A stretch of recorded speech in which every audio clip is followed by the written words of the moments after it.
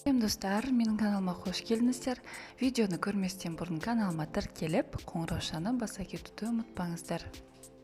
Видеоның тақырыбы адам ағзасындағы маңызды рөл атқаратын бауыр жайында болмақ. Бауыр неліктен ауырады? Бауыр ауруының белгілері қандай? Егер осы тақырып сіздерге қызық болса, видеоны менімен бірге соңына дейін көріңіздер. Кейде белде пайда болған қышымада қауіпті аурудың белгілері болуы мүмкін. Мұндай кезде дәрігердің көмегіне жүгінуді ұмытпаңыз. Бауыр бұл дегеніміздегі маңызды ағзалардың бірі. Ол ас қорытуға көмектеседі, өмірлік маңызды заттарды синтездейді және токсиндерді шығарады. Бауыр қызметінің бұзылуы әлемде ең кең таралған проблемалардың бірі. Тек ақш-тың өзінде 30 миллионға жуық адам бауыр ауруынан зардап шегеді екен.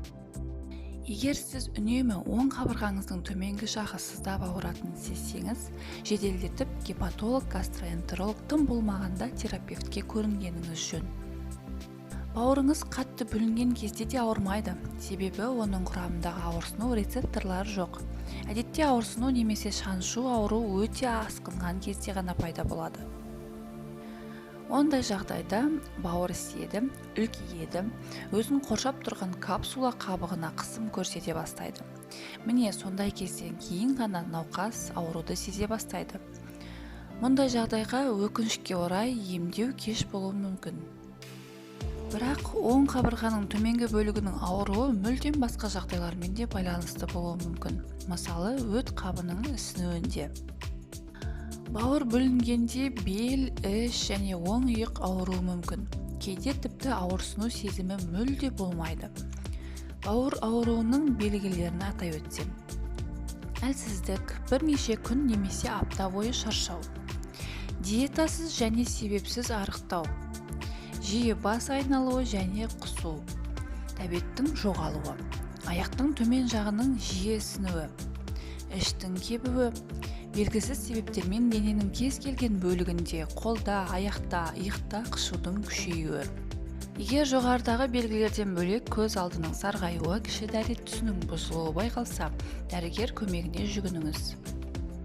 Бауыр не үшін ауырады? Бұл ағзада белгілері сыртқа мүлдем байқалмайтын ондаған ауру бар. Солардың ең көп таралған түрлеріне тоқталайық. Вирусты гепатит бұл А, Б, С, Д гипервирустары. Олардың арасында ең қауіптісі В, адам өліміне алып келеді. Ал арасындағы ең әлсізі А түрі болып табылады. Бұл ауру халық арасында сары ауру немесе Боткин ауруы деген атпен таралған. Ол кір қолмен жуылмаған жеміс-жидектермен лас су арқылы жұғады. Боткин ауруының бір артықшылығы, ол басқалар сияқты жасырын емес, бірден сезіледі. Алдын алудың мүмкіндігі бар. А вирусын емдеуге болады және емделгеннен кейін бауырда белгілері қалмайды. Бұл А, В, С немесе Д вирустарын анықтау және емдеу ұзақ уақытты талап етеді. Бұл вирустардың әрқайсысы циррозға, бауыр жеткіліксіздігіне немесе тіпті бауыр қатерлісігіне дейін апаруы мүмкін. Алкогольді гепатит. Бауырдың қабынуының тағы бір түрі вирус емес, алкоголь. Тұрақты және шамадан тыс алкогольді тұтыну бауырдың ішкі ауыртпалығын тудырады. Нәтижесінде цирроз пайда болады. Бауырдың сау тіндерінің жұмысы тоқтайды. Гепатиттің басқа түрлері. Алкогольден басқа есірткінің асыра пайдалану немесе ауыр металдармен улану да бауыр ауруларына себеп болады.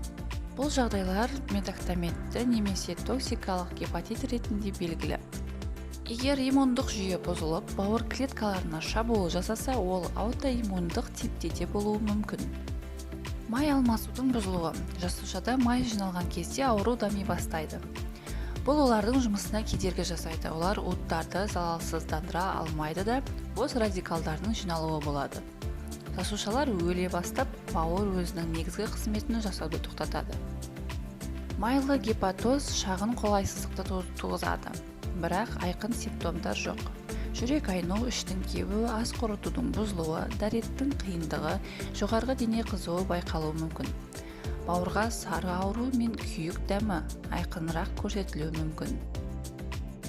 Ісіктер. Бауыр ісіктердің қатерлі және қатерсіз деп бөлуге болады. Қатерсіз ісіктер айтарлықтай жиі кездеседі. Көп жағдайда симптомдарсыз өтеді. Тек ісіктің ұлғаю жағдайында бездің де өлшемі артуы мүмкін. Бұл іштің оң жақ бөлігінде ауру ретінде байқалады. Бауырдың ісікті ауруларының көбісі метастаздар басқа органдардың безге енуімен байланысты.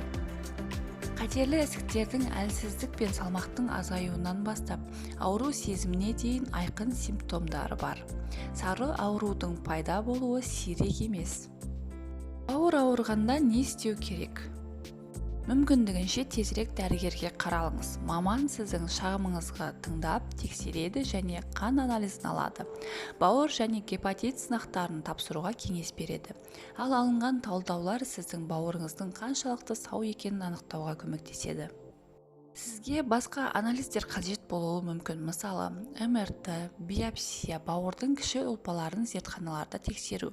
Кейде өмір салтын өзгертуде бауырдың қалыпқа келтіруге жеткілікті. Артық салмақтан арылу, алкогольден бас тарту, майлы тағамдардан бас тартып, дәрігер берілген тамақтарды тұтыну. Алайда бауыр ауруларының бәрі бірдей оңай емделмейді. Дәрі-дәрмектер мен хирургия қолданылуы мүмкін.